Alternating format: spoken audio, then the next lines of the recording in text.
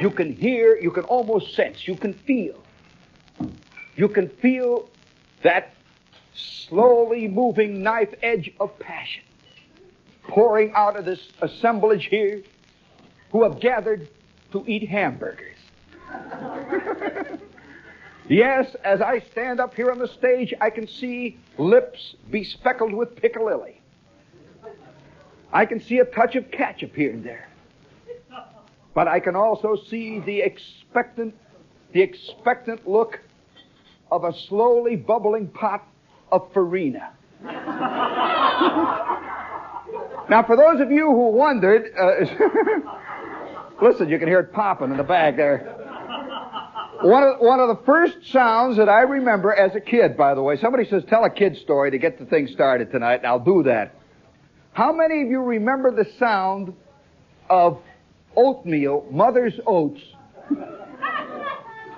popping in a can? You know the pan that they put on the stove, your mother puts it on the stove, you puts a little water in, a little salt, and after a while it starts to bubble, bloop, bloop. And have you ever stood right next to the pot and looked in there? It makes you get a little in the eyebrow, bloop, like that. The steam comes up, bloop. And it looks like the surface of the moon, Well, I suspect, even though this might seem to be one of the lesser known indoor sports, I suspect that cream of wheat watching, Mother's Oats watching, is what all of us do for the rest of our lives. Is there any difference, really, from watching a pot of oatmeal bubbling than, let's say, watching Flipper? No, seriously, I remember as a kid, standing there next to that pot, and it goes bloop, bloop, and once in a while, a big one would come. And you'd wait for it, like watching the waves at Jones Beach, bloop. You'd look around, hey, Randy, wow, that was a big one. Bloop. It's, let me watch a while, my kid brother gets in there. Well, oatmeal watching is is part of the kid world. and there's another thing, too, that is part of the kid world, and that's box top opening. How many of you have still retained, even now, you get to be 79 years old, and you still like to open clean boxes? Do you like to open boxes? I mean, just buy a box and open it, You don't want the stuff that's in it. No, seriously, I think opening packages, fresh new packages, is one of the great sensual thrills. Just opening things and popping little things. Do you like to tear cellophane bags? How many of you like to open sardine cans? Well, one of my favorite cans to open, I remember my mother, when my kid brother and I would vie for this, see, we had great rivalry, as all brothers do. There were two brothers, one mother, one father. And the two brothers were always jockeying, See, I'm the big one. Randy was the little sneaky one. Now, I relied on being good. I relied on being good and getting good grades. I relied on being the leader. Randy, my brother, relied on whimpering. And you could hear him under the daybed whimpering. Whimpering. See, he's whimpering because he figured if he whimpered well enough, my mother would let him open the can of Chasing Sandburns. Well, I had just gotten a B in English, so I figured I should open this thing. Well, my mother would have the can of Chasing Sandburns, with the key on the bottom. And she'd say, who wants to open the can? We'd both jockey in position. And she'd see the two of us. And she'd look at one and the other. And then finally, I remember that she always solved it by saying, I better save it for later. And then later, she'd open it. Because there was nothing my mother liked better than that hiss, You just turn it goes like that. Well, this whole panoply of little forgotten thrills and pleasures, which, by the way, we all still live in.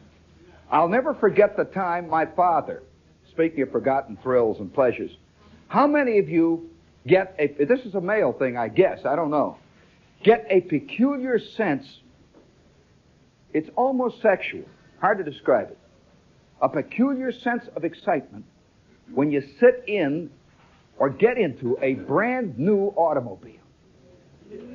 I mean, it's got about 10 miles on it. Everything is shiny. In fact, you haven't even opened the glove compartment yet. What a sense. What a great sense of power. And that smell. You know that smell of the paint and the leather? I wonder why they don't bring out a shaving lotion. You know? You can buy it in about 9 different types, you know, like Pontiac Tempest. Just wipe it all over, you know. Or Jaguar XKE, you know, just put it on her. Or used 37 Ford. Well, you know, this business of cars, this is the story, I guess, that I wanted to tell, because right now, you know, a lot of people buy cars either in the fall or the spring.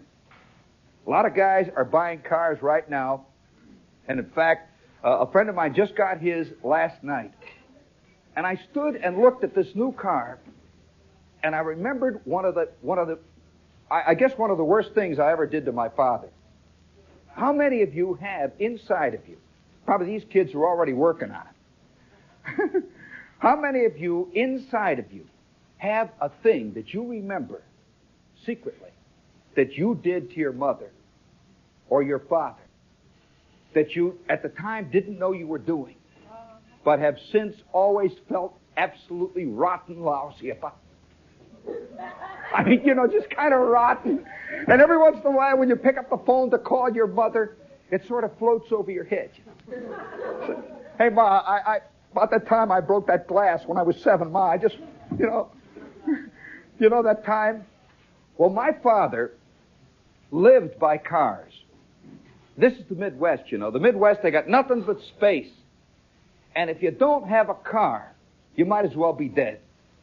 And so everybody from the age of 10 on lives in automobiles. To get in the car and go to Chicago. Get in the car and go to Cleveland. Any way to get out of Griffith, Indiana.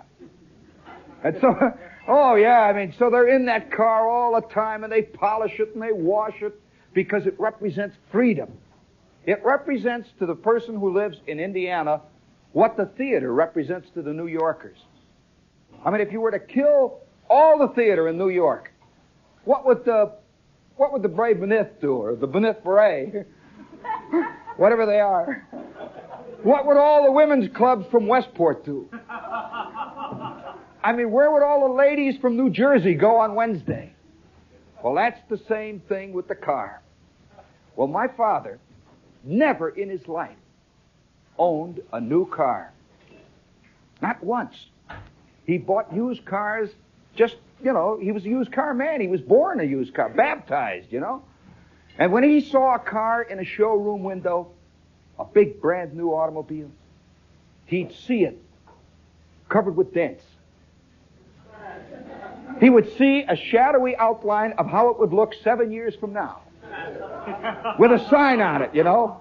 It says, "Our Wednesday Special." He'd look at, he judged the car by what kind of a used car it would make. How it would look with dust on it. And you know, with those 4-letter words written on the back that kids always, you know, he saw them that way. He saw them with one hubcap missing. And so then, after he'd looked at the new cars, we would go out. This was a big Saturday thing with me and my kid brother and my father. We'd go along Stony Island Boulevard in Chicago. It's big, long Stony Island Avenue, all used car dealers for miles. And the old man would walk along, he'd walk past. He had his favorite dealers. He never bought anything from them. He just liked the way their cars looked, you know. He'd look at Friendly Fred. Then there'd be Hungry Harry, you know. Then there'd be Angry Charlie, the Angry Armenian, you know. And then there would be the Angel. They name them all those things out in Chicago. And are you aware that in Chicago, the used car dealers have taken over television? You don't see that in New York because New Yorkers don't live by cars like they do out there. But some of the favorite characters on television in Chicago right now are used car dealers who do their own commercials. And they come on at 1 o'clock in the morning. They come on in prime time. And here's the way their commercials work. You ever seen one? They got the movie, see? And after the first reel, suddenly the camera opens up and here's Charlie standing. Hi, how are buddy? Friendly Charlie here. Good to see you, gang. And my old man is sitting there with his eyes popping. Friendly Charlie is bringing him into Parnassus again. Charlie says, I want to show you my special for today. We got a 1952 Hudson Hornet. Bring the camera in here. I want to show them the front seat. Say, bring it in here, bud. Come on. And the camera comes right in the front seat, see? And they polish the dashboard up, and there are millions of used car people in the Chicago area just sitting there with their mouths watering. He said, I want you to take a look at that radio. Turn that radio on. And he reaches in. You see the hand come in. The radio goes on. And then you hear, ta-ta-ta-ta. He's listening to that radio. Now, take it out there and show him the back seat. Come on, move it by. And all the while, he's moving his hands over the car. This is where the real sell comes in. It is almost a sexual caress. Old Charlie is moving his hands over the top. He said, I want you to take a look at this. Bring that over here. Come on. Take a look at this back fender.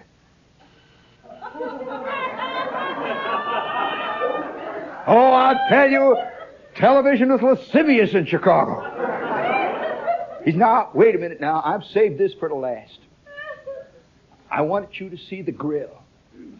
And then the camera moves around and picks up the grill, that big, shiny chunk of chrome, which really represents more than anything else the whole American way of life. That great big grinning grill. How many of you remember the Hudson Hornet grill? Well, it looked like it was smelling something. It had a kind of... That's why that car never sold, you know. Oh, yeah, certain cars have got a flat...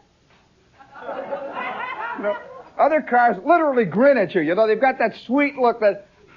You know. Well, the Hudson Hornet had a funny look. And old Charlie says, I want you to look at this grill. Take a look at that. Now, folks, I know you're not going to believe me. This 1952 Hudson Hornet has only 76 miles on it. Now, I can hear you already out there. I hear you laughing. Well, let me tell you, this Hudson Hornet was owned by a Presbyterian clergyman, paralyzed from the waist down. It was given to him by his congregation as a love offering. And every Sunday afternoon after church, he would be carried into the front seat of this car where he would sit and pretend he was driving to see his mother in Canton, Ohio. Now, if you'd like to own this beautiful 1952 Hudson Hornet, call this number immediately. Boom, boom, boom. That's the quick sell, see? And if you're the first one to call, this beautiful, genuine set of plastic dinnerware will be given to you absolutely free. Well, they sit there. All over the dial are these used car dealers, and they've got followings. Listen, they're bigger out there than Johnny Carson. They've got followings. Well, my father was early in that field. And we used to walk along Stony Island, you know, Stony Island Avenue, and they'd see him. Friendly Fred would be sitting there. He'd say, hi. The old man would walk past. He'd say, hi. See, they were always waiting for him to nibble. Every 2 years he bit. That was his gestation period. You see, the minute he bought a car, and I think all Americans share this with him, the minute you buy a car, you begin to get dissatisfied. You know, there's a very close sexual parallel here too, you know. This is the Playboy syndrome. Have you ever noticed that the Playboy has a new girl every month? Miss June, Miss July. Why? Well, after about 3 weeks after you've looked at Miss July, you know, 3 weeks, you know, you got this thing down like this, you know. After a while, it just comes down a little bit, you know. And then after about 3 weeks, you start reading the magazine. And by the end of the 4th week, you are ready for Miss August. Well, that's the way the old man was. I remember that my father taking delivery on his new 7-year-old used car. And he'd been talking about how fantastic it was, for weeks before he bought it. Because you have to work yourself up into that. He would work himself up, and then he'd finally get it. And about 3 hours after he got it, he'd be sitting in there, we'd be driving along. How many of you have experienced that first ride in the new car? Well, we never had a new car. Our cars all had at least 7 owners, 10 owners before it. You'd see mysterious stains. And all kinds of mysterious stains in the back seat.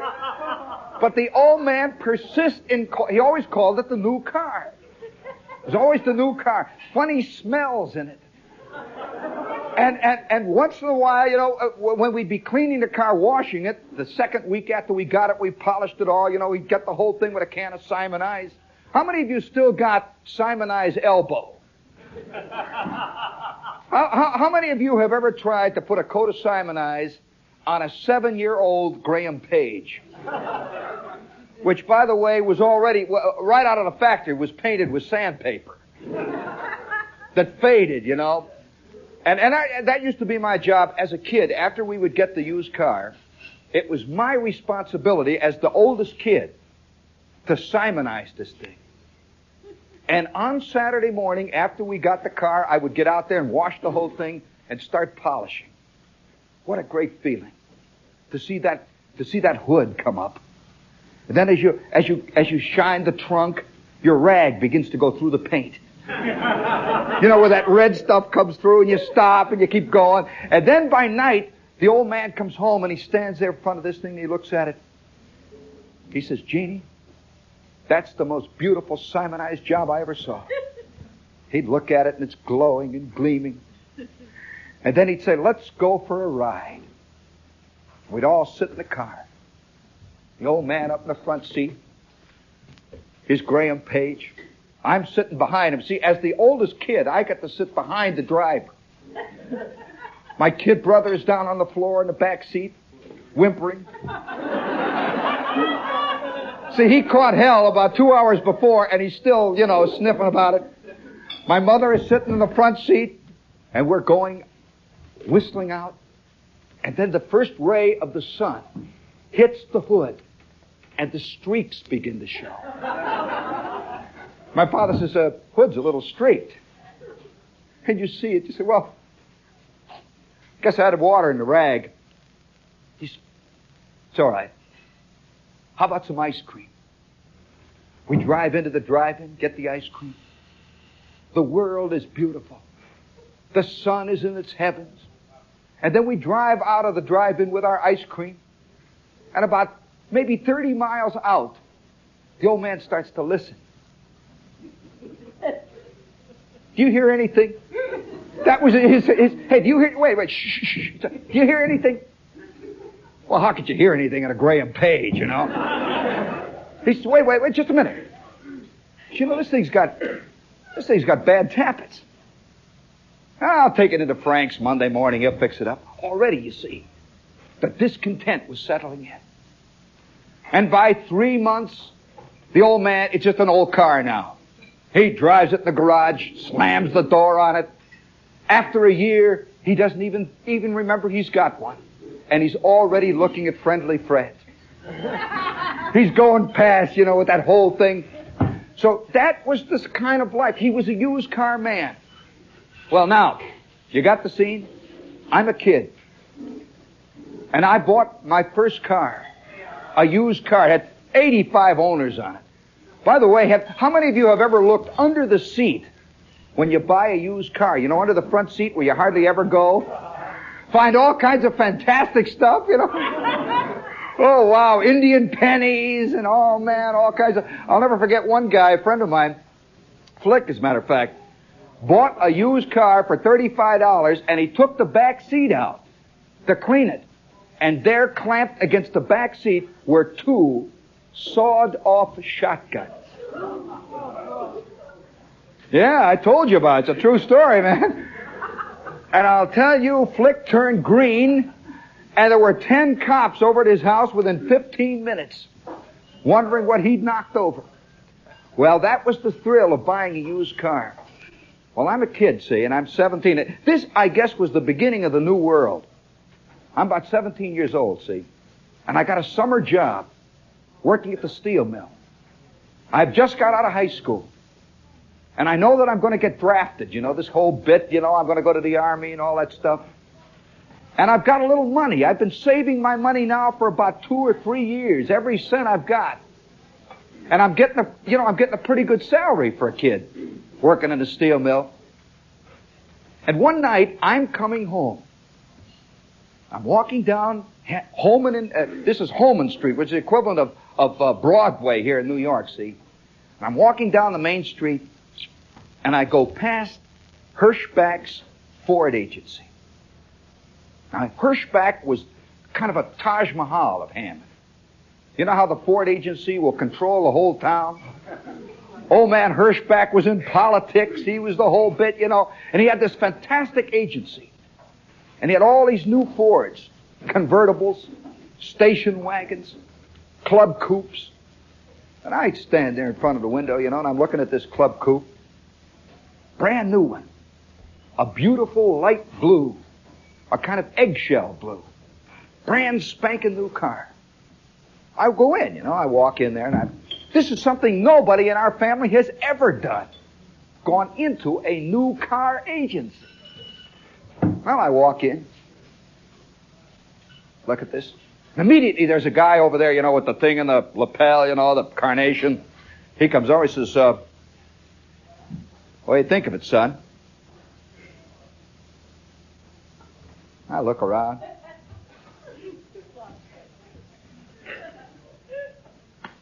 Not bad. He says, why don't you get in and sit down? Go on, get in. Sit in. See how it feels. Well, I edge myself into this thing. I sit down, and there's that dashboard. There is a speedometer ahead of me that has 0000002. I have never seen a speedometer like this. I didn't know them numbers came that low, you know. Listen, they used to set my dad's cars back 4 times, and they still registered 80,000 miles. You know, and there's a beautiful thing, see. And it had a gear shift up on the steering wheel, you know. Had this big, beautiful, light tan, almost mocha-colored chocolate wheel. And this magnificent upholstery. The back seat was right up. It was a club coupe, see. And I look out through the windows. And you know how used cars always have vaguely fuzzy glass? This glass was like crystal. I could see that beautiful hood stretching out there. I took a deep breath.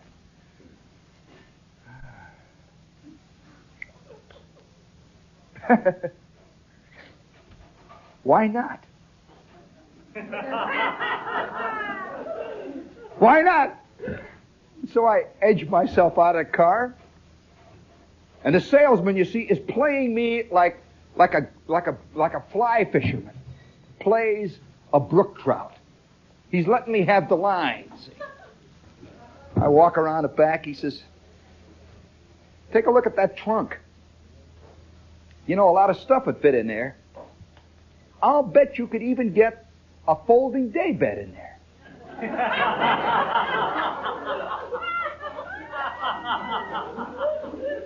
Well, I'd been having a lot of trouble in that line, you know. He said, "You know, another thing, that gear shift there, you notice it's not on the floor in between the people who sit in the front there. I know one guy that has a sprained knee today from that problem. That's called the MG knee." Have you ever tried to have a date in MG? Whew. I'll tell you. So I look at this car, see, and I say, "Oh, well, gee, how much how much it cost? He says, what difference how much does it cost?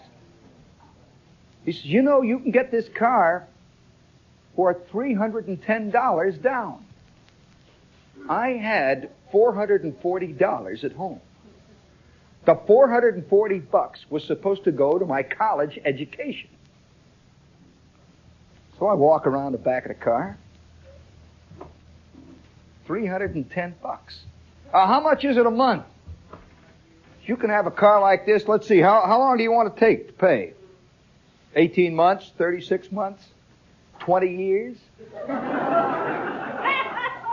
Or would you just like us to own you for the rest of your life? Would you like to come here and work as a slave for the rest of your life? I was willing at that point, you know. Man will sell his soul cheap. So I says, I figure about, I'm thinking, see, when am I going to get drafted? I said, about 2 years. He said, wait a minute, just a minute, I'll figure it out. He looks at the chart. Of course, he knows, you know, he's been doing this. He's pretending he's figuring, see. He said, hey, aren't you Shepherd's boy? Yeah. He said, I'll tell you what I'll do. I'll give you a little bit off. That's pretty hard to resist, you know. I said, how much? He said, $7. I'll tell you what I'll do. I'll throw in an extra set of windshield wiper blades. Don't do that, everybody, you know. We charge them extra for that. I said, gee, that's awful nice. Mr. Garrity, call me Stan. Okay, Stan. Well, 5 minutes later, I'm out on the street, see. I have told them I'll think about it. Well, you know, there's no thinking. You don't think when passion is involved. Do any of you think when sex is involved? I mean, you may get scared or you may say whoopee, but there isn't much thinking. So I'm walking down the street, past igloos. The sun is shining. And that question, why not, had changed to a positive statement. When? You know? And that was slowly begin to change, you know, in the green letters over me, tomorrow. In fact, it changed, it said now. And I turned around, this is a true story, and I went back, and I said, Mr. Garrity,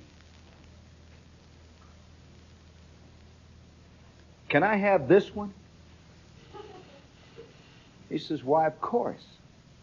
We were saving it for Mr. Thompson at the drugstore. But I can put him off. How did I know this son of a gun was an accomplice? So we can put him off. And so I said, okay, I think, what the heck, okay. And I sat down with Mr. Garrity. And we looked at this list of figures, and he had all these accessories listed, you know, like FM radio. He had stuff like windshield washers. I said, no, I don't want any of that stuff. He said, oh, come on, you're going all the way. You might as well go all the way. I said, radio would be kind of nice. I can see Esther Jane sitting next to me. With the radio booming out, you know. It's got a tone control on it. I'm working the antenna up and down. I said, come on, baby, let's go out and listen to the radio. I said, okay, let's have the radio. Well, he said, of course, you won't need a windshield wiper. Well, with that windshield washer with the water, you won't need that. I had never seen one. Didn't know how they worked. I says, well, I guess not. He said, you're wise. They don't work anyway. That night, I'm sitting with my father, and I don't know how to tell him. My mother's sitting over here. My college education is back at Hirschbach's.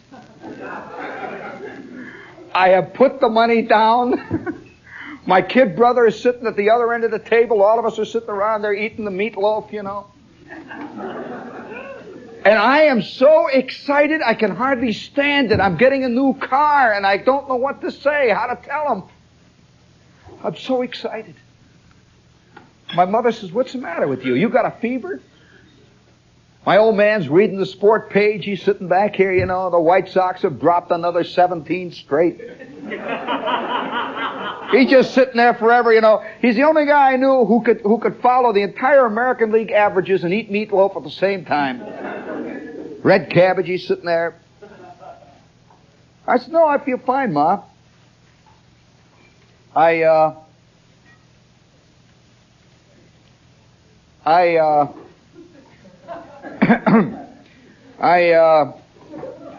the old man looks up. He figures there's certain great moments in a kid's life. Like, he figured any minute now I'm going to say something like, Esther Jane and I eloped. You know, when a guy gets that sound, I've got something to tell you. And he looks up. I said, I bought a car. I bought another car. I couldn't say new, you know. I said, I bought another car this afternoon. And now the old man is with it, see. This is his world. He said, oh, you bought that Hudson, huh? See, we had been looking at a Hudson. And I said, no, Dad, I didn't get that Hudson. I got a Ford. He said, oh, Ford. Yeah, well, I was looking at a 38 Ford the other day. It wasn't too bad, you know. What year did you get? He never even thought of new ones, you know. What year did you get? I said,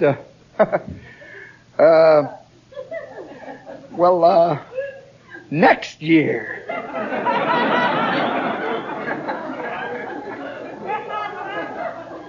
And the old man put his paper down. He says, what year? I said, next year, Dad. He says, what happened? Did somebody take delivery of it and crack it up or something? What? I said, no, Dad, I bought a new Ford at Hirschbach's. I'm getting it in 2 days. They're delivering it. And it was a silence. And my father, he sort of sat there for a minute, and then he said, gee, what color did you get? See, used cars don't come in any color. They just, you know, you don't have a choice of colors when you're buying a 38 Hudson, you know. It's just the color it comes in. It's used car color, you know. He said, what color did you get? And I said, well, I ordered, they call it Wedgwood blue. He says, you mean Wedgwood, what color blue is that? And I said, well, that's kind of a light blue, Dad. It's Wedgwood blue. There's a pause. He says, did you have a choice of colors?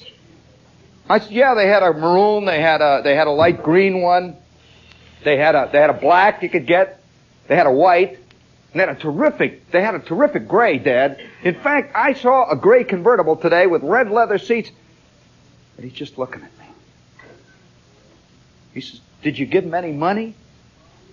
I said, yeah, I paid the down payment, Dad. I'm getting it 2 days. You want to go down and look at it? He says, yeah. Gee, come on, let's go. And 15 minutes later, we are standing in front of the showroom. It's now closed. And you know how they have the lights on in the showroom there? And there are all the cars sitting on that floor. The potted palms. And right smack in the middle is this light blue, magnificent club coupe. And it's got a little sign, red letters, sold. I said, there it is, Dad. You stand there, walk back and forth. Gee, it's got a pretty good front, hasn't it? I said, yeah. Gee, that's not bad. You know, who'd you buy it off of? I said, Mr. Garrity. I said, oh, yeah, Stan. Stan had worked at the dairy where he had worked. He had now graduated to selling new Fords. And for 10 minutes we stood and looked at the car. Well, the 2 days went by almost like a dream, hoping, planning to get that car. And finally it was Saturday. And Dad and I go down, and Mr. Garrity gives me the key. You know that moment when you get the key? They ought to have trumpets or something, you know? They ought to film it, you know, like weddings. He gives me the key, and I thought they'd have some kind of ceremony, but no, the guy just says, here's your key, okay, so long. I get in the car. My dad sits in it next to me. I put the key in for the first time.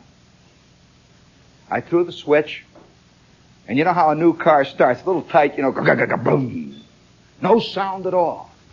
It was the first car my father had been in that you could talk in. Nothing. He says it's died. The motor died. Come on, you're flooding it. I said, no, Dad, it's running. I said, oh. And I ease it down into first, and down the ramp I go, and out onto the street. The sun is shining. The birds are singing. My old man is sitting there next to me. And we're about 2 blocks away. And he says, boy, they sure don't build them like they used to, do they? Little did I realize he was trying to rebuild his world. Little did I realize he was trying to somehow putting it into focus. And we drove all the way home, and he says, you know, plastic dashboard, wow.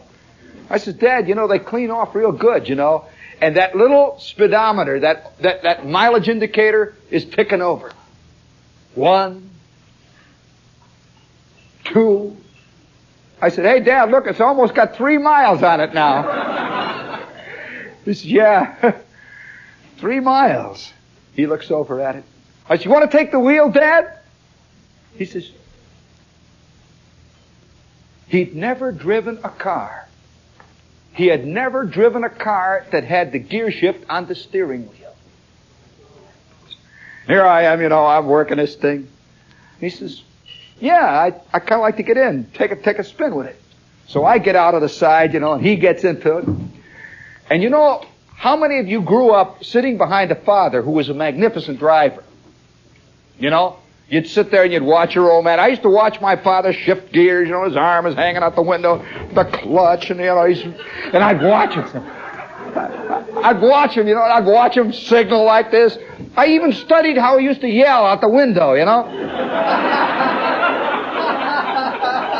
My old man was one of these great yellers, you know. He had great timing.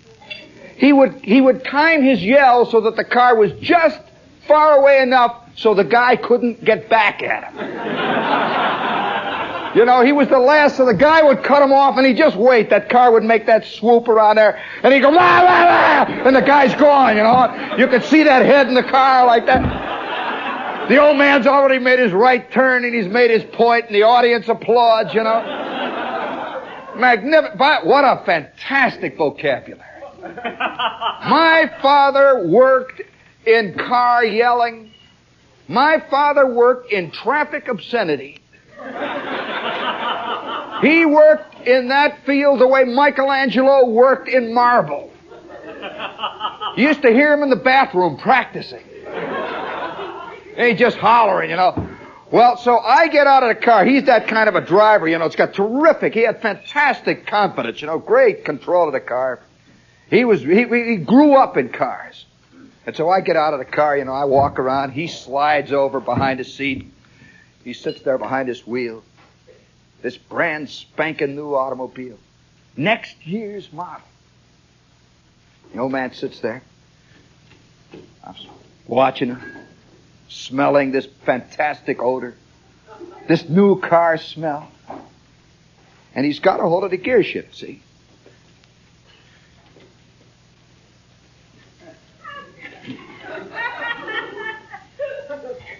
I suddenly became aware that he can't work it.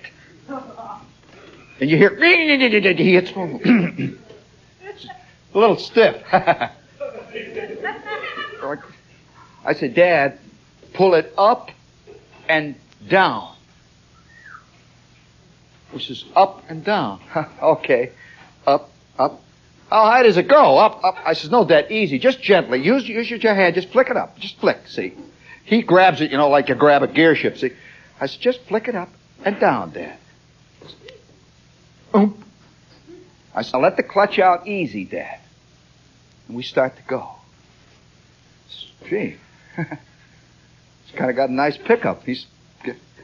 I said, now put it in second, Dad. He goes, I said, no, Dad, not reverse, second, Dad. Now, easy. I said, put it back in neutral, Dad. See, flick it up and down. It's in neutral now. See, got it in neutral? Now, all right, now back into first, up, easy, and down. We start to go.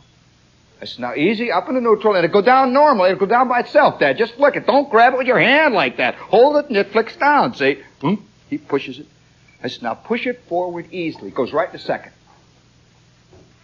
I said, now come on, back in the third, Dad. Back in the third! He goes, ah! I said, okay, Dad. Now let's start all over again. And he's sweating. He's sitting there. And he finally gets the car into third. And we start driving home. Well, now, have you ever steered a 7-year-old car with bad kingpins? Well, my father had shoulders like bowling balls. Just from driving cars, Hudsons, Graham Pages that had no kingpins. The front end steering bearings were gone. I remember great scenes of my father. We'd hit a streetcar track, see. And it would go, and the old man is going like this, you see the shoulders, the cars go, oh, shut up, you bum, and the front end's going like that, see.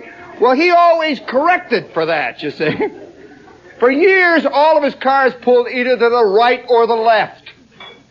And so now he's in a car that just sort of goes, You see him, he's horsing around like that. Whoa, he's going. I said, easy, Dad. Now, come on, easy. Watch it. You're going to hit that tree there. We finally get up into the backyard, and we turn it off. Up the steps we go, into the kitchen. My mother is all dressed up for the first ride in the car, And she says, how is it? The old man says, it's got one of them damn steering wheel shifts. They don't make cars the way they used to. And my mother took a look out the window and she says, it's beautiful. What a beautiful car. My father says nothing, just walks away. I said, come on, Dad, let's all go for a ride. Well, that afternoon, I realized, and I think he did too, that a whole new world has come into being. Are you aware that there are 18-year-old kids today who get Mustangs for graduation from high school? Are you aware of that? That's a scary one. I know one chick that got a 900cc Harley Davidson. I'm serious. Speaking of that, by the way, what radio station are you listening to, gang? AM and FM. Preview is coming, and you'll never be the same.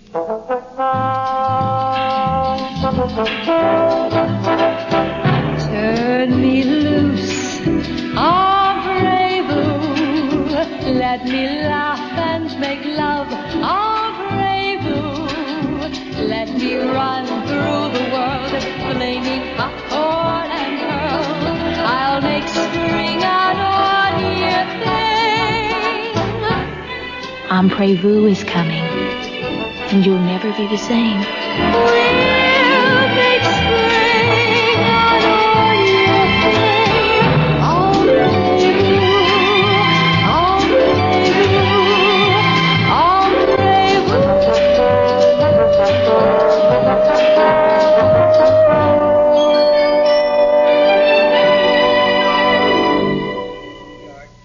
When Schwartz and Flick and Bruner and I, one Saturday afternoon, decided to build our own cave. Now, there's two types of kids. There's the treehouse kid, and there's the cave kid. I suspect that the treehouse kids grow up to be John Lindsay.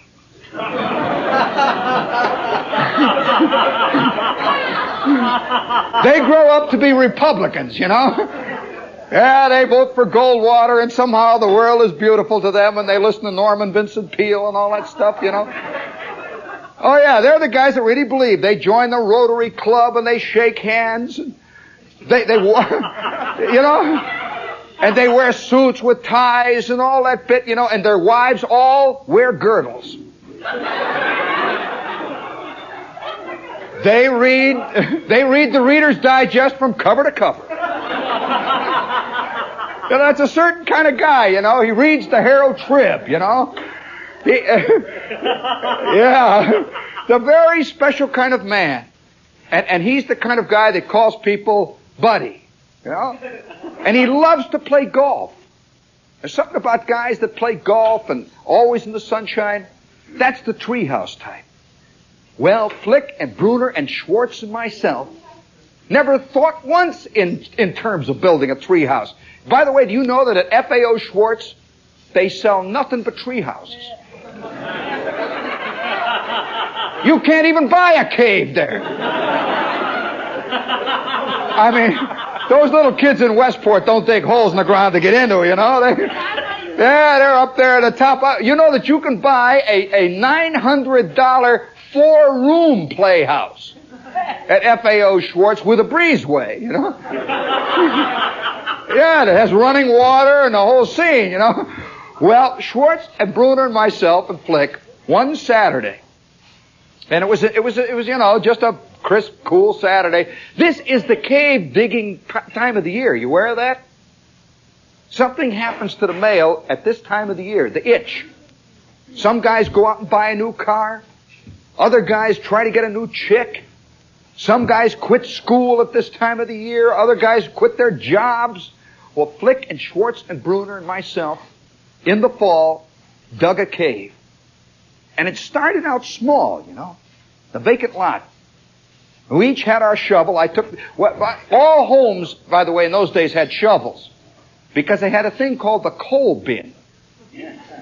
How many of you, I bet these kids don't even know what a coal bin is.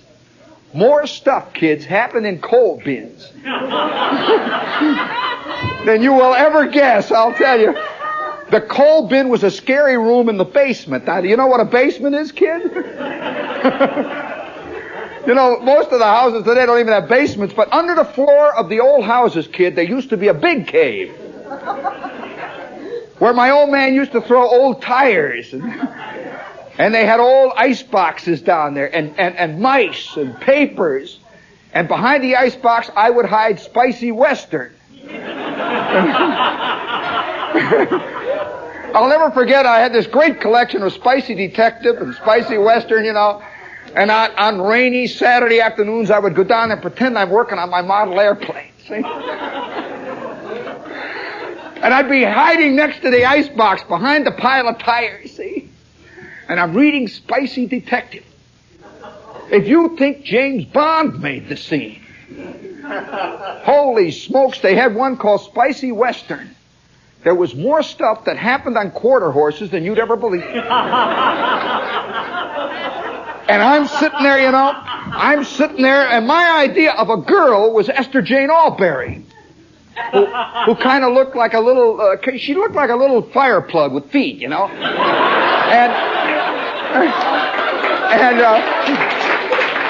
Now wait a minute, gang. I sense irony in that applause. Are you applauding the animal life of Hammond, Indiana? Or is it fire plugs you like, you know? So I'm sitting there, you know, by this. I remember these afternoons, see, I'm sitting down there next to the icebox. I'm reading this thing, sweating, you know. Always with one ear out for the steps coming down, you know, hearing the steps. And I would always wait for somebody, everybody's out of the house. And I'm sweating. Oh, wow. I had a big stack of them. And I would hide them behind the icebox. And I'd pack them all in there, and I'd put newspapers in there, and I'd throw old tin cans and ball jars up against it, you know. Nobody ever came near this icebox. It had 4 inches of dust, cobwebs. Mice lived in it, you know, that whole bit. That icebox was in the house when we moved in there. had ancient smells. How many of you remember the smell of an ancient refrigerator or icebox? Of old petrified hamburgers. The smell of ancient lettuces. The smell of those countless little saucers with just what was left of the peas, you know? With the little white coagulated grease around the edges of it. Have you ever wished in one commercial, one TV beer commercial, the guy would open up the refrigerator? You know, all his junk falls out and he pushes it in, you know. Just once, I would like to see one refrigerator in a TV beer commercial that has not been defrosted for a month and a half. Looks like a big white football hanging there, you know. The door is hanging out, you know. That smell comes out, you know. Where's the beer, Emily? Well, I'm sitting down there next to that ice box, and it goes on for a whole year and a half, see, and I had a little racket going. There was this place where they sold magazines and newspapers, and I used to deliver newspapers for them. And when I'm folding the newspapers, you know, I'm sitting down there folding, you know. How many of you remember how to fold newspapers? That's an art in itself. You know, flip, flip, flip, yoop, like that, you know, in the bag, flip, flip, flip, yoop. You know, this arm is bigger than this one from that, you know, goop, goop, goop, like that. Well, about every third day, I would fold a spicy Western in, real quick, you know, right in there, see, like that. I wonder how many people got a spicy Western with their Chicago Trib. Well, about every couple of days, I got a new one. And now I've got my little library of debauchery. My little library of this is where I gained my knowledge of the Western world and of womankind. You learned it from Tennessee Williams. I learned it from the guy at a quarter horse. Well, I am just, you know, I'm involved in this. And I remember that fantastic moment. One Saturday, there's nobody in the house. I go sneaking down the stairs. That rottenness coming out, you know. My pimples are popping, you know. I'm sweating and I reach in there. Gone! My spicy Westerns were gone. My spicy detectives had disappeared. Who knows? Who's got my spicy Westerns? Holy smokes. My kid brother couldn't even read. Do you know, to this day, I don't know which one got my spicy Westerns? This is WOR Radio, your station for news. See Frank Sinatra, Deborah Carr, Dean Martin in Marriage on the Rocks. Technicolor from Warner Brothers, now at Lowe's Capitol and RKO 58th Street Theaters. Stay tuned for Ed Pettit reporting the news over WOR AM and WOR FM in New York. In a moment, back to Gene Shepard. This is WOR Radio, your station for news. All right, let's practice. Hooray for Ted Malley. All right, somebody lead the cheer. Say T-E-D-M-A-L-L-E-Y. Let's go. T-E-D-M-A-L-L-E-Y. Malley, Malley, Malley. Hooray! Hooray! Ladies and gentlemen, you're listening to a meeting of the Ted Malley Fan Club. Coming to you direct from the Limelight in the heart of Greenwich Village. And now once again, let's go, gang. T-E-D-M-A-L-L-E-Y.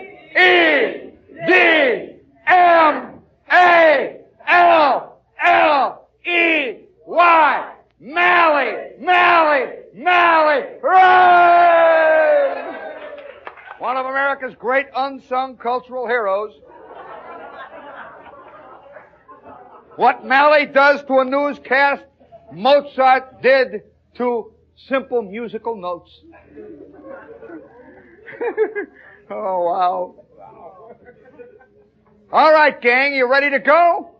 Yeah. By the way, I wonder how many guys tuning in here have the vague suspicion and the vague sense of loss that they have missed a demonstration.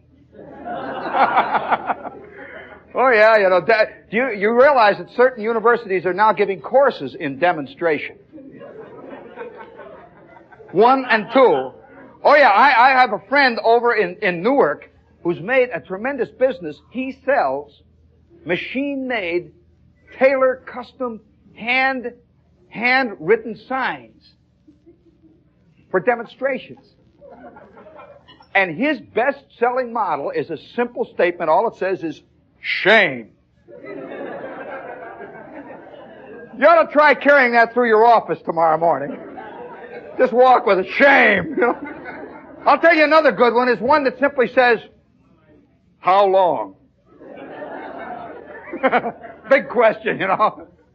Another one that always gets people is just to simply hold up a sign and say, why? I think my favorite demonstration sign, though, is a sign that I saw out in front of the UN one day. In fact, I got tangled up in it. How many of you ever been sucked in to some kind of a big demonstration that's been going on? And I'm walking past the UN, nice quiet day, and here's a bunch of guys with signs. Just walking around, you know, guys with beards, a couple of guys with overalls on. And one guy's got a sign that says, I'm for peace. He's just walking around. He's got that nice, bland look of a peace lover on his face. I'm for peace. And I couldn't help but do it. I had to ask him. I stopped him and I said, who isn't? He said, what do you mean, who isn't? He goes on past. I said, well, who isn't? Your sign seems to imply that nobody else is for peace. And he turns to me and he says, all right, Mac, I'll show you who's for peace, wise guy. Whoa! He was going to show me he was more for peace than I was. Got to bust my head in to do it. Well, I've wondered about these things, see, because I suspect that the deep inner subterranean urges that make all of us do what we do come from the treehouse and the cave syndrome. The treehouse guys are forever fighting the cave guys. And the cave guys are always burrowing deeper. Well, one time, as I said, Flick and Schwartz and Bruner and myself decide to dig a cave. It's Saturday. And we begin to dig. Each one of us has his shovel from the coal bin back home. We're just digging away, you know. Digging deeper. It's sand.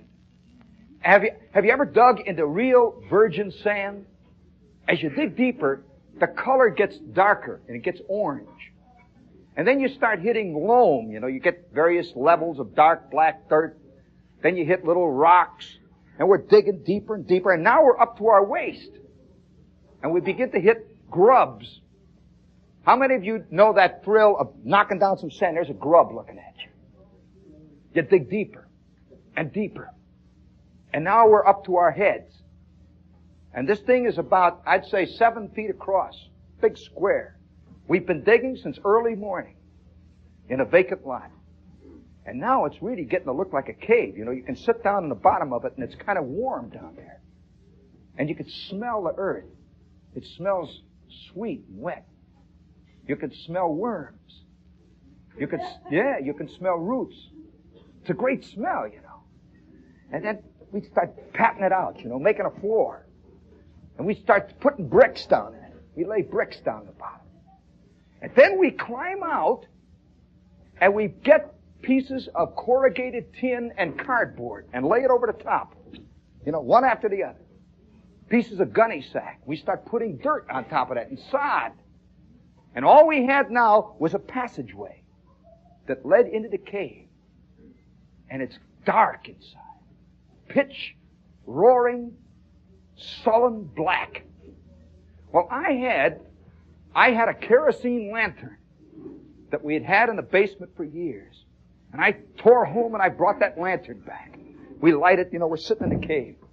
What a great feeling. You know, this is the feeling of being underground now, really. The rest of the world's gone. Very exciting. You're sitting there. It's dark. Got that little lantern. Schwartz is looking at me. Flick is looking at both of us. Bruner's slumping over sideways. All four of us are sitting there. And Flick says, what do we do? So I don't know. I know what I'm going to do. I'm going to make myself a room. Flick says, a room? I says, yeah, I'm going to dig into the side here, make a room, my own room, see? You guys can do what you want to do. So I start digging into the side, see? Well, this is, by the way, part of the cave digging urge. To dig deeper. Always deeper. And so I start digging in, I put it into the pail, carry it out, pour it up, back deeper. And now I've got a little room that I can sit in by myself. See, I can look out, see? And I can see them all sitting out there with their kerosene lamp. I say, hey, Schwartz, bring me the crackers. We had a little box of crackers we brought in. He says, bring me the crackers in my room. Just hand them in. He hands in the crackers. I'm sitting there eating crackers. And I see over on the other side, Bruner. I can see Bruner's behind. He is digging in the other side. And he's going down. See? Down. Flick is already eyeing the other wall. Well, within a half an hour, all four of us had disappeared from the central cavern. And we're digging deeper and deeper. It is now night. We come back upstairs, and we stand there and look at our cave. It's our cave. Okay, listen, I'll see you tomorrow morning as soon as I can get out of the house. At the crack of dawn, all four of us, with the Wheaties still wet on our chins. We are underground and digging in further and deeper, and the mania set in. I'm telling you, we started to dig like nuts. Further and further, and each guy, is making a little cave inside of his cave, digging deeper and deeper. Well, as you dig deeper, I'm going to give you a warning.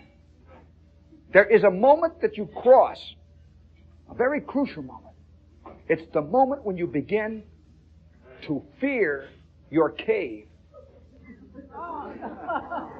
Yeah, you're sitting in your little dark hole way out, it crosses, and all of a sudden you look around. There's a passageway that goes out this way. And off in the distance you can hear Schwartz whimpering now, Hey, Schwartz! You hear, yeah, what? What do you want? Hey, Flick, you out there, Flick? Where's Flick?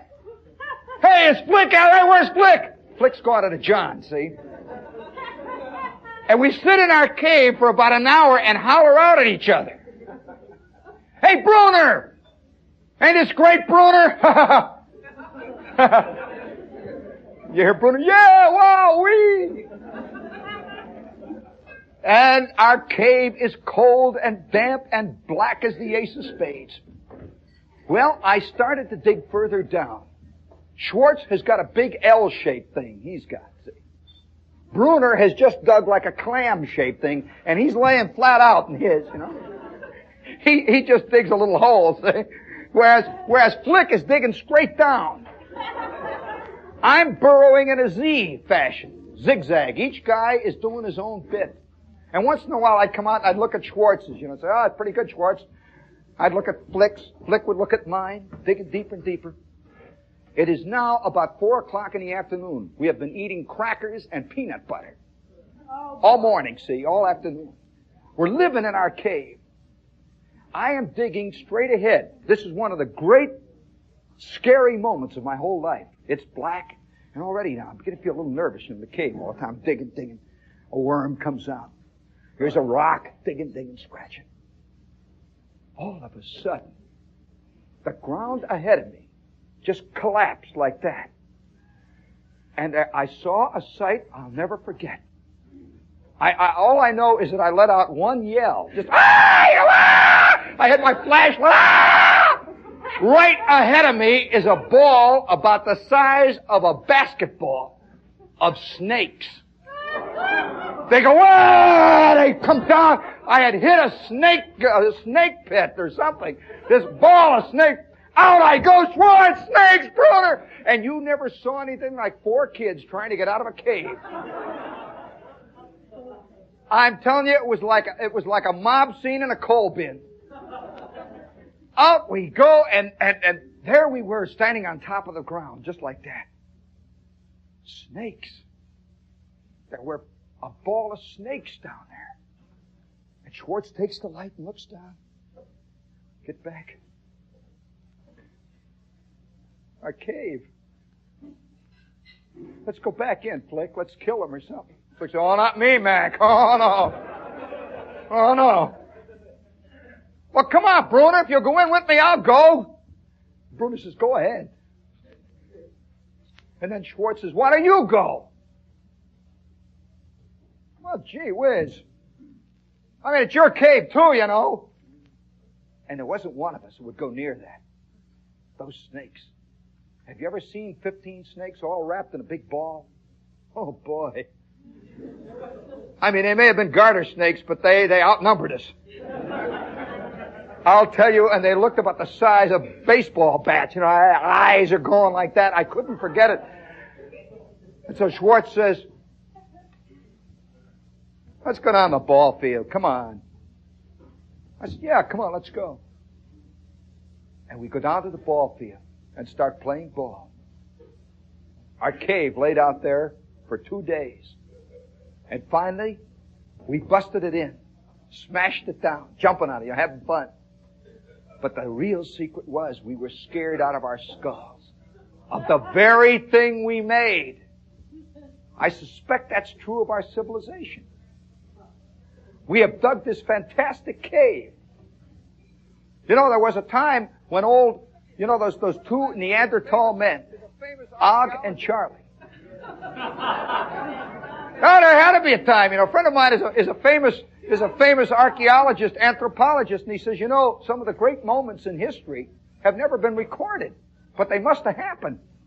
And here's Charlie and Og sitting by the shore of this antediluvian lake. Shut up, will you? They're sitting at this antediluvian lake. Both of them. You know, there was a time when man's brow was uncluttered. Nothing went. Ideas hadn't been invented. Worries hadn't been invented.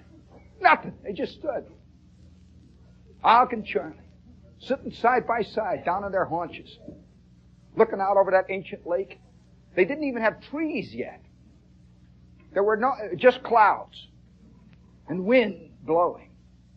Og is sitting there. And this little crowd all lived by the side of the lake and all together in one cave. Millennia went by. One Og melded into the next Og. One Charlie disappeared to be replaced by another Charlie. This went on millennia after millennia, just sitting. Now, once in a while, they'd get up, see, and Og would go down to the shore of the lake, up to his knees in the water, and grab some clams. They were clam nuts, you know. He'd bring them back like this. Clam. You know what? By the way, one of the oldest words in all languages is clam. See, it's a single syllable word. Words were not invented, and Charlie would bring it and say, clam. The reason he did that was his knee hurt.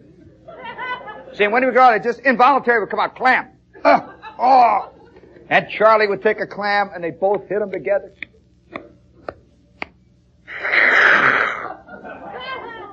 This is one of the ancient sounds, one of the primal sounds, the sound of man lapping up a raw clam. Even to this day, we're really clam hungry. See? Well, this went on, eon after eon. It was a simple life. And then came that moment. Og looked at Charlie. He doesn't know how it happened. Nobody knows why it happened. Og looked at Charlie and said,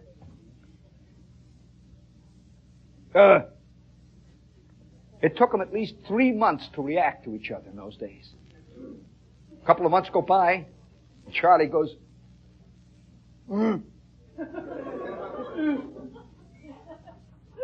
Og looks out over the lake, and then he said it.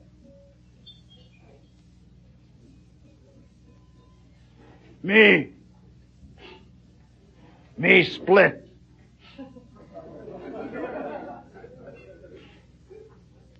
Charlie looks at him 2 months later, says, split? What? Og says, me go. Out there. And he picked up his clam shells and moved off. Off over the hill past the woods to start his own place. And that was how Trenton came into being.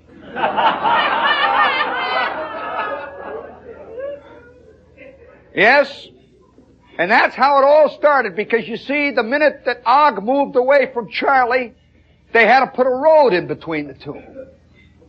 And then Charlie's kid moved away from him, and they had to put a road in between him.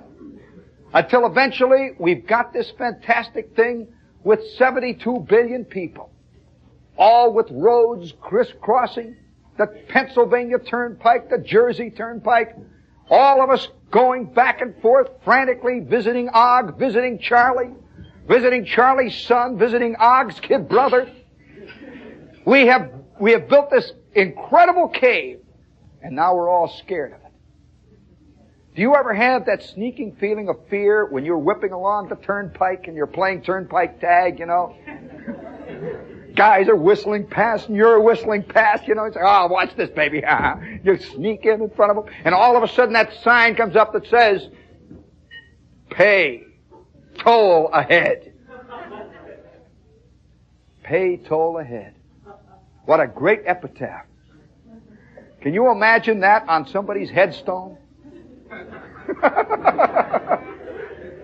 Yes, as a matter of fact, have you ever had that sneaking fear as you come up to that pay toll ahead, that you have not only not got the exact change, you're broke?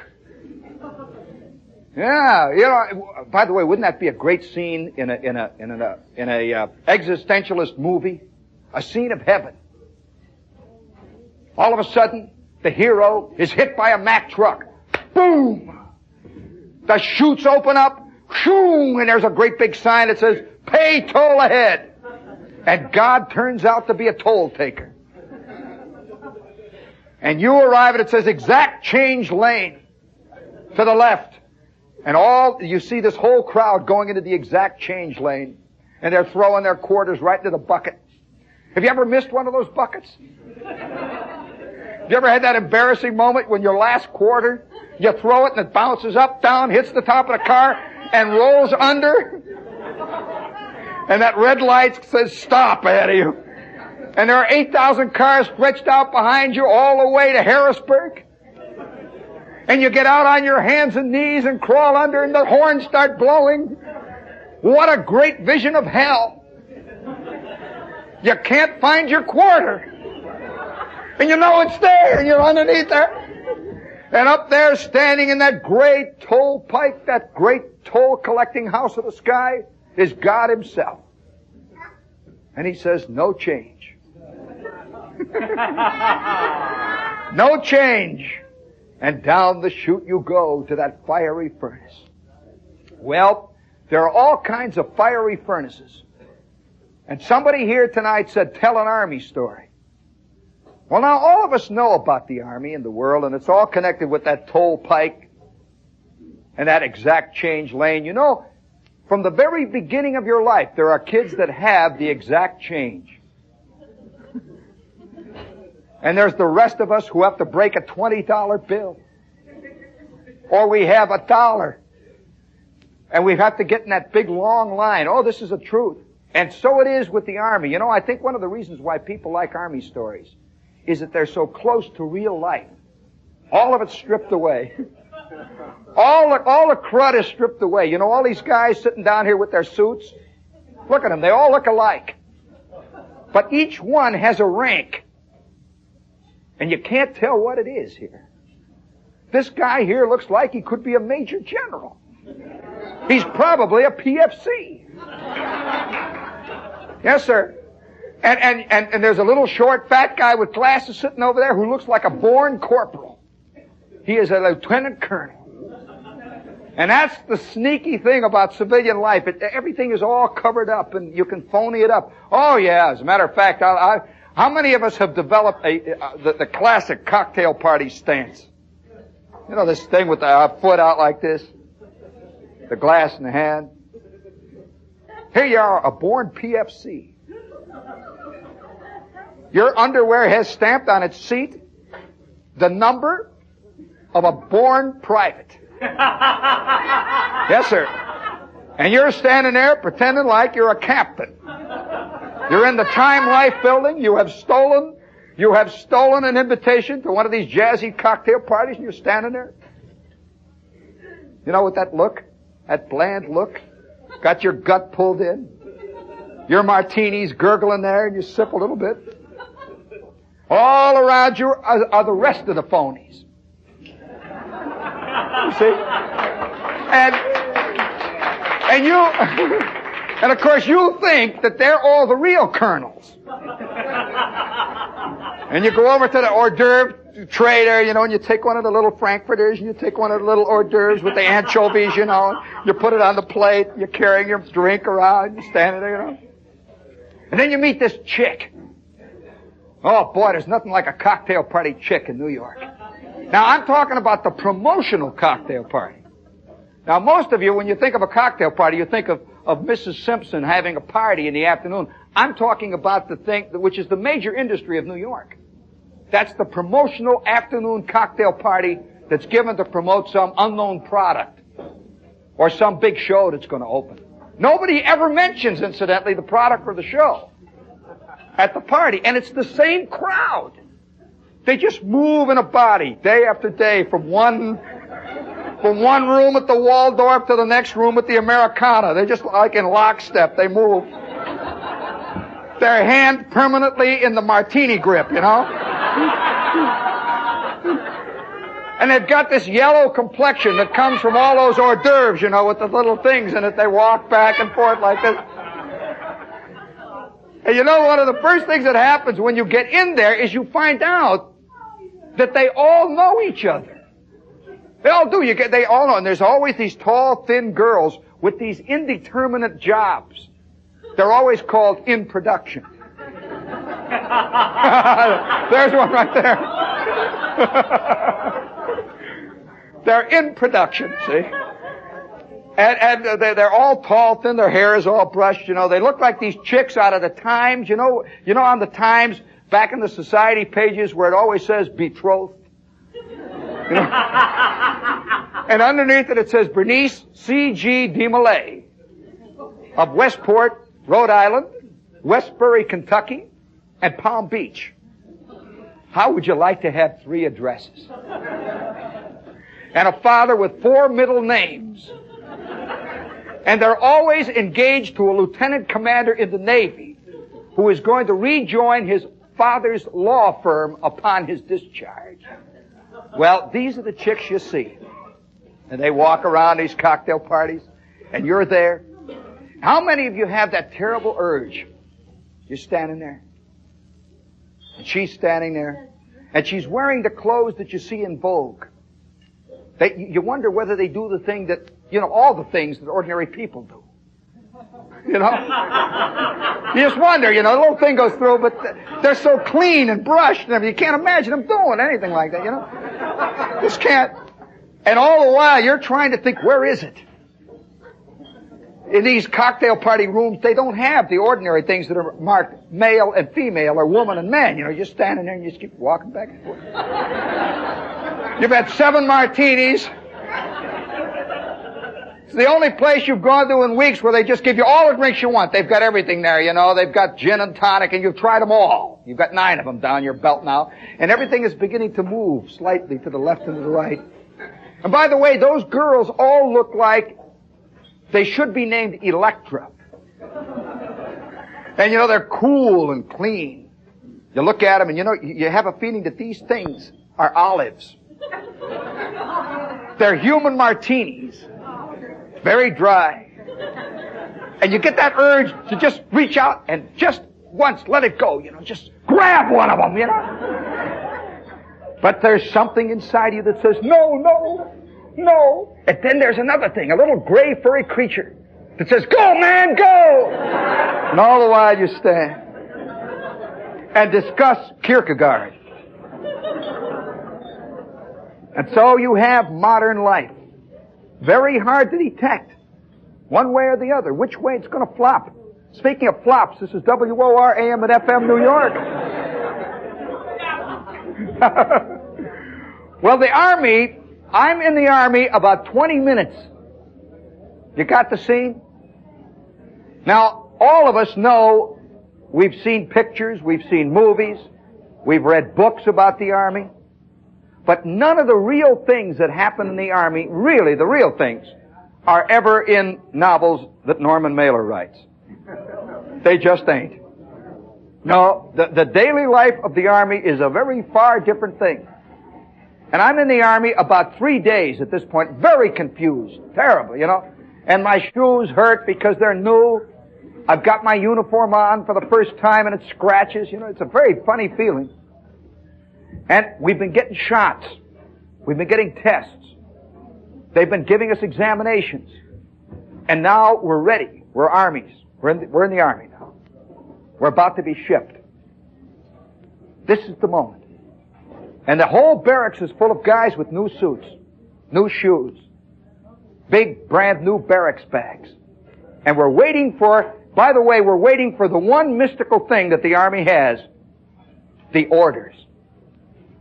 How many of you remember that phrase, the orders are cut, Mac, nothing I can do?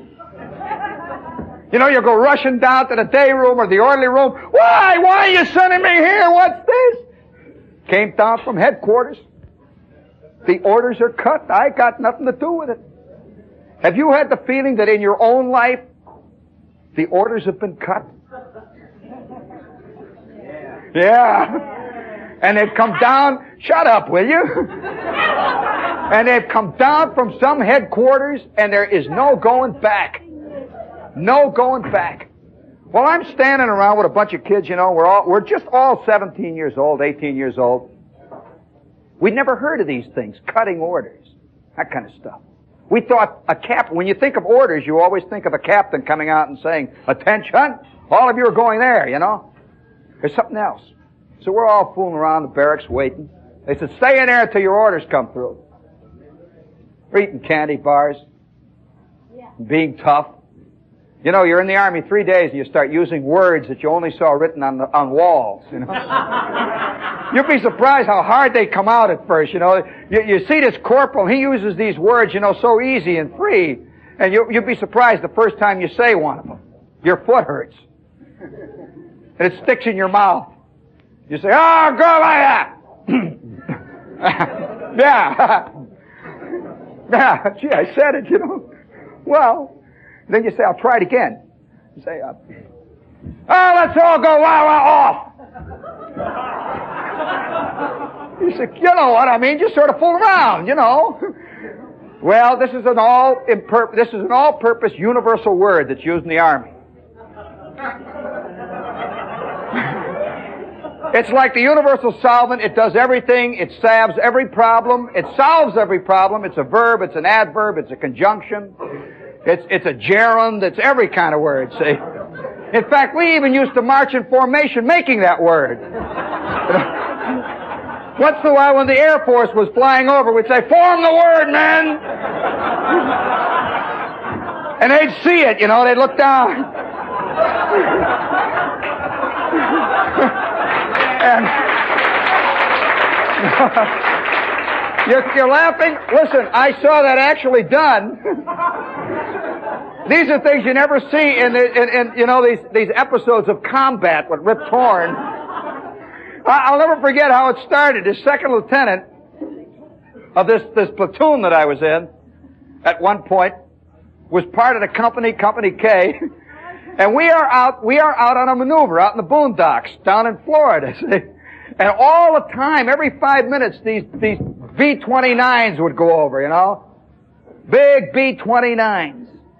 And incidentally, are you aware that everybody in all the armed services, no matter what they tell you, have a fantastic envy for the Air Force? They hate the Air Force. The Air Force has got it made. They wear their hats in a snotty way. They even have a different color of the uniform, and they've got a song. The song, off we go into the wild blue yonder.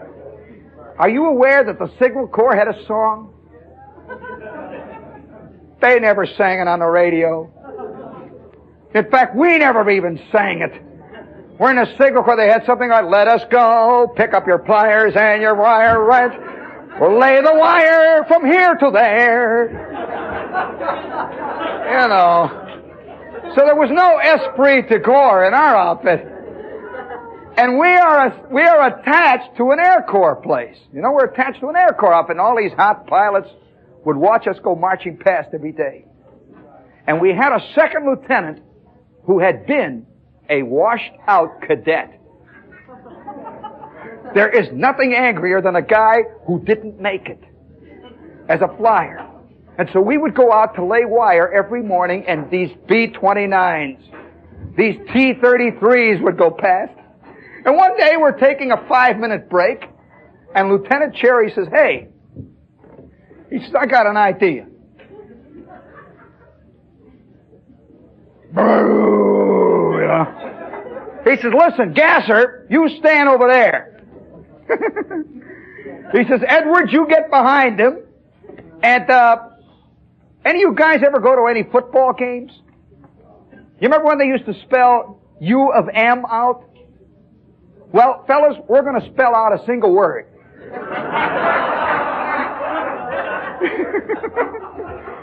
Well, within 5 minutes, we had the greatest formation that was ever seen in the U.S. Army. We're all standing there. It's the one formation we all gladly got into. You know? "All right, Charlie, come on. You're at the top of the C. Get over there, you know." And so we're standing like this. And we're waiting, see. We're all waiting among all the boondocks, you know, for an airplane to come by. And sure enough, a flight of P-47s, you know. This fighter, these were real hot rocks, you know, from back at Tampa. This flight of P-47s, they even flew snottily, you know, their wings on.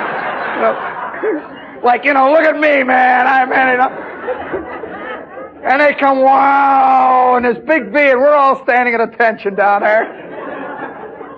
Right in the middle of a great big patch of yellow sand. Well, the lead plane, you know, we're all sort of sneaking like this, and the lieutenant is down here. He has formed the dot on an exclamation point.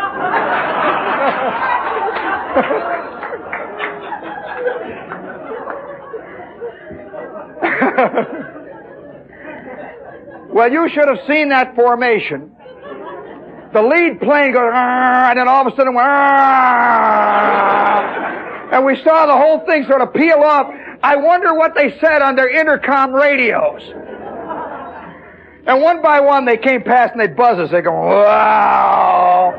And we just sort of wiggle.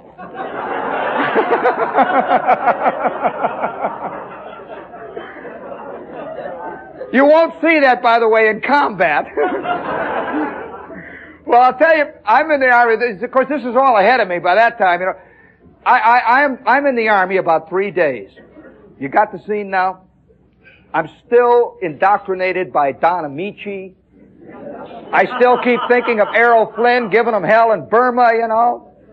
And they don't do any of this stuff that I see going on around me. And one moment, just like that, I was indoctrinated into the Army, the real Army. I've got a brand new suit. You remember that? And you know, you're so proud of even your fatigues when you first get in. You're proud of your socks. You know, you're proud of your underwear. Are you aware, any of you, that they give the Army underwear? You know, they even give the wax underwear. I was wondering what kind they got, you know.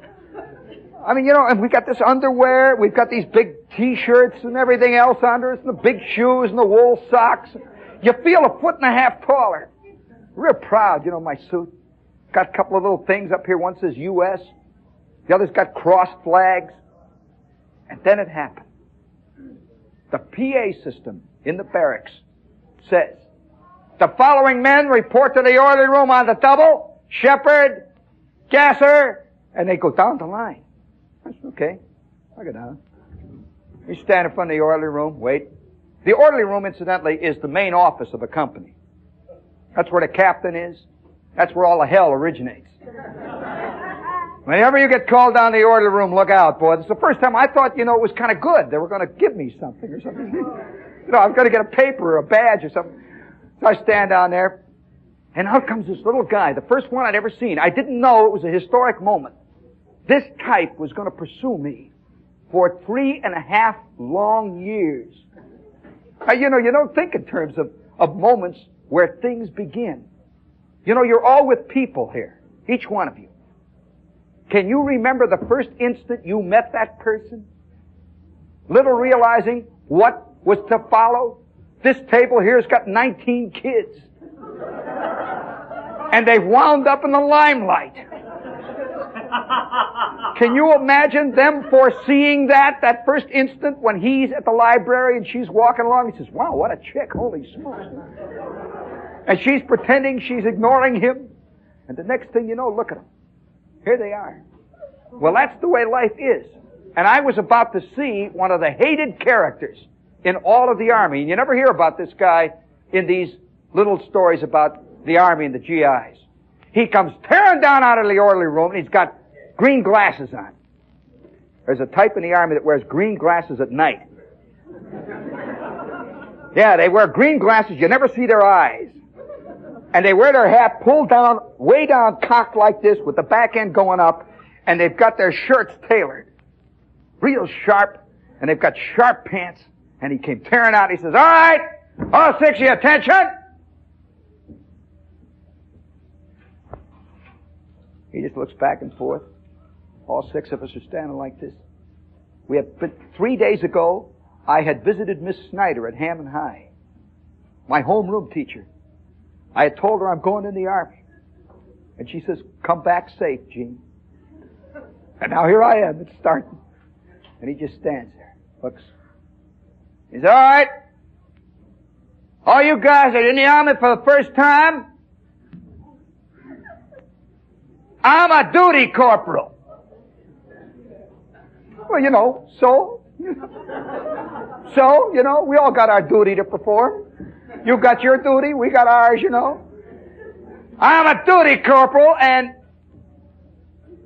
for the duration plus 6, whenever you hear the word duty corporal, you snap. But he's got no badges, he's got no bars. And you know, it's funny, when you're out of the Army and not in, you have a kind of disdain for guys who are not officers, don't you? You think like they haven't made it, you know, and you see one little stripe, and you think, well, you know, this is just a PFC. Let me tell you, in the Army, I have seen PFCs run mess halls like Hitler ran Germany. I have never seen anything like it. You know, up to this point, I had planned by the end of the first month to be a lieutenant.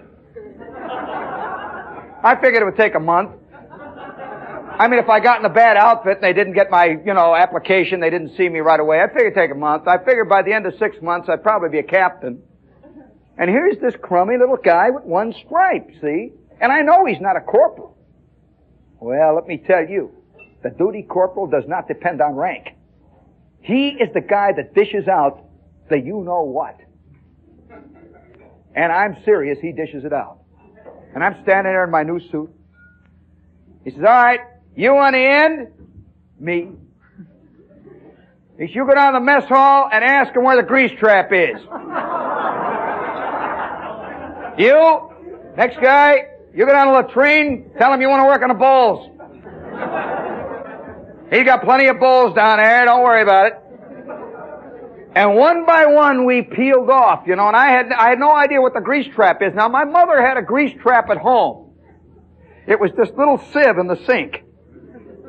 You remember that little thing, and once in a while she'd pull it out and an apple core would fly out, or she'd pull it out, you know, and the old peas would fall out, you know, and she'd put it into the garbage. That's what I thought they were going to send me down to clean the sink, you know, little thing. Oh, sure, I know how to do this.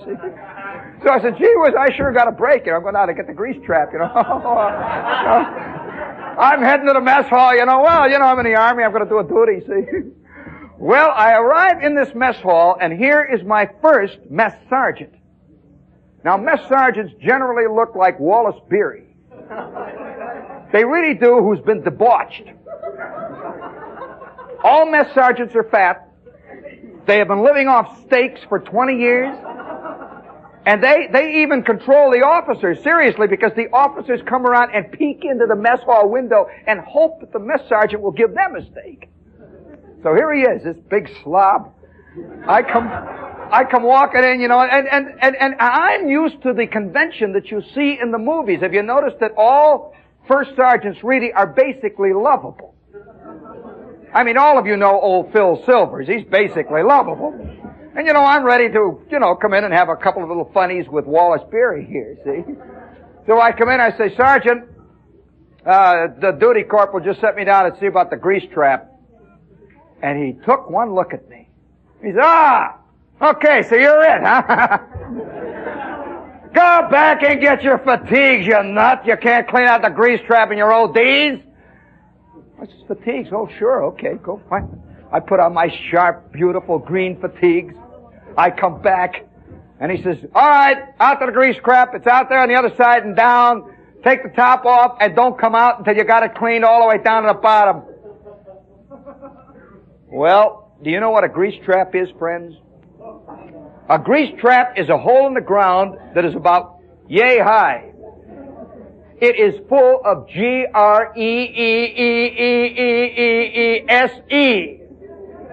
And it's full of other things which I cannot say. And you have to clean it out with your hands, with your uniform, with your soul getting sullied by the instant. It gets hot and smelly. And at the bottom are coffee grounds that were left over from the Boer War. And you dig further and you go past the Spanish-American War, and then you begin to hit the edges of the Civil War, and there's old potato peelings down there, and finally you hit the Revolution. You find old musket balls, and you find false teeth left by George Washington. And you're rotten and crummy, and 6.5 months later you crawl out. You're skinny, you're worn out, but boy, I'll tell you one thing you are. You are in the Army. You are in the Army. And you know, it's funny, after I finished the grease trap, my first grease trap, boy, I'll tell you, you have no idea how a grease trap cleaner smells. You know, you come walking back down in the company area and you're just covered with crud. You walk sort of stiff-legged, you know. So to keep yourself away from yourself, you know. You didn't even want to touch yourself, you don't walk like this, you know. And your pants sort of creak and drip, and your shoes are all dirty, and it's coming out of your hair. And you can hear, as you go past each barracks, you can hear the sharp intake of breath. Old Shep is coming back to Barracks D, see? And then you begin to have the fantastic superior feeling of a guy who has done an absolutely rotten, cruddy job. You feel, gee, I did it. I sure did it, boy. You walk into the barracks and you walk down to the center aisle and all the guys are laying out and somebody says, oh, wow, open a window. Boy, do you stink, Shepherd. Oh, wow. And you turn around and for the first time, that 4-letter word comes out, natural. You turn off, baby. You walk in. You just lay it out, you know, it's all part of that great education. Well, you want to hear, you know, it's funny, you talk about that great education in the Army. I would love to see a 15 or a half-hour TV segment of one of these things simply called The Grease Trap. Wouldn't you like to see Tab Hunter up to his neck in it? How would you like to see Tony Perkins digging in it? Or, you know, speaking of grease traps, I'll never forget, how many of you have ever thought about the relationship between the Army and the WACs? And it ain't exactly what you think. It really isn't. And I remember a group of WACs, the first group of WACs we ever saw. We'd heard about them. We had seen WACs in the newsreels. You know, there's always pictures of WACs marching in formation, and we were looking at it all the time. You know, in the Post Theater, we'd see WACs. You couldn't believe it. You know, it's kind of like you're looking at Oz. You wondered whether they did the same things to the WACs that they do to us. And you can't, no, they can't. How many of you remember at 3 o'clock in the morning, the whistle's blowing? And out in the company street, the guy's saying, all right, follow, helmet liners, raincoats and GI shoes, nothing else. The doctor will be here in a minute. Let's go. It's 3 in the morning, you know. You'll have to explain that to her when you get home. And then they say, cough. Well, you look at the wax and you wonder, you know. And you see these wax marching past, and you never quite ever think that they're real. And then the word came down. I'm sitting in the day room next to the piano. Have you ever wondered what they do in their time off in the Army? Just sit, you know. You sit next to the piano. The piano doesn't work. I used to sit by the hour and just listen to the Coke machine. You know, you get so you kind of like the sound of it. You know, you'd wait and you'd kind of wait for it to turn off and on. You know, it builds up a dramatic tension. It go and it'd stop. You know, you'd sit there and you'd wait, and you'd say, you know, it's hot, and you start counting the minutes. You say, you're watching the eternal ping pong game. That by the way, the two same staff sergeants have been playing since the Boer War. These two guys still playing ping pong, back and forth it goes. You're just sitting there watching, waiting for the Coke machine to start again. And before the Coke machine starts, are you aware that it quivers a little? Very exciting. And it goes a little bit. You say, now. Here it goes. And then it doesn't do it. You get a little nervous. You say, by the way, it's cheating if you hit it. If you push it, you know, bump it, make it go. You wait. And sure enough, then it comes. Good old Coke machine. And then once in a while, somebody comes in and puts a dime in it and the Coke comes out. Which is very exciting. Because the Coke machine goes gunk. You say, you watch, you know. And sure enough, the bottle comes out. He takes the bottle out. And then you say to him, this is the kind of stuff that you do in the Army. Because you know, in the Army, you work in boredom. You can feel it. You can hold it in your hands. You know, I brought a whole bag of it home. I sent some home to my mother once, you know. You can feel it, you see. And so, one of the things you do with Coke machines, you sit there, and when the guy gets the bottle, you say to him, where's it from? Wait a minute, don't look at it, just a minute, let me guess. You know that in those days, the Coke bottles all had the name of a city on the bottom. Did you know that? Like it'd say Atlanta, or it would say Indianapolis. You say, wait a minute, let me guess. Hold it, let me guess. And this corporal is holding it. He says, all right, I'll guess. Let's put a $50 on it. Let's see who gets closest. Okay? I ain't looked at it. You say, Oklahoma City. And he says, I'll guess, Miami. Then he looks at it. St. Louis. And then would start the argument, which was the closest. Well, that's the way you work your years in and years out, you know. You just work with Coke bottles and the sound of the Coke machine going, the sound of the Coke machine going off. And one day I'm sitting in the day room, and a guy comes in, he says, hey, fellas. Hey, wait a minute, stop the game. Hey, listen. Did any of you guys hear about over in Area D, they're bringing wax in? Wax? They're bringing wax into Area D. Well, I got up from the Coke machine. The two staff sergeants laid their paddles down. And all of us drifted out into the company street. And we started to go down towards Area D. By the way, Area D was known as the hell area. Area D had been the obstacle course, and they had a tent city there. It was a real rough area. And so we all started to drift down. And within 15 minutes, there were at least 30,000 guys, all just casually down at Area D. Well, come on. You know, PFCs, corporals, a couple of captains drifting through. And in these tents were actual girls. Actual girls wearing uniforms. Girls sitting there with hats on. We're walking past like this. And we're wondering whether they used the same language. We wondered whether they were in the same army, you know. And somebody tried it, you know. Somebody hollers, hey, blah, blah, blah. They don't even flicker. And we know they're in it with us. And so hour after hour, From that time on, all the time that I was in this camp, the whole camp would shift gradually towards Area D, immediately after retreat. And you'd wear, and by the way, nobody ever did anything. It was just called whack watching. You'd go down and watch whacks. You'd stand outside of their mess hall and watch them clean out the grease trap. You know, professional viewing, you know. And once in a while, we'd try to peek in and talk to them.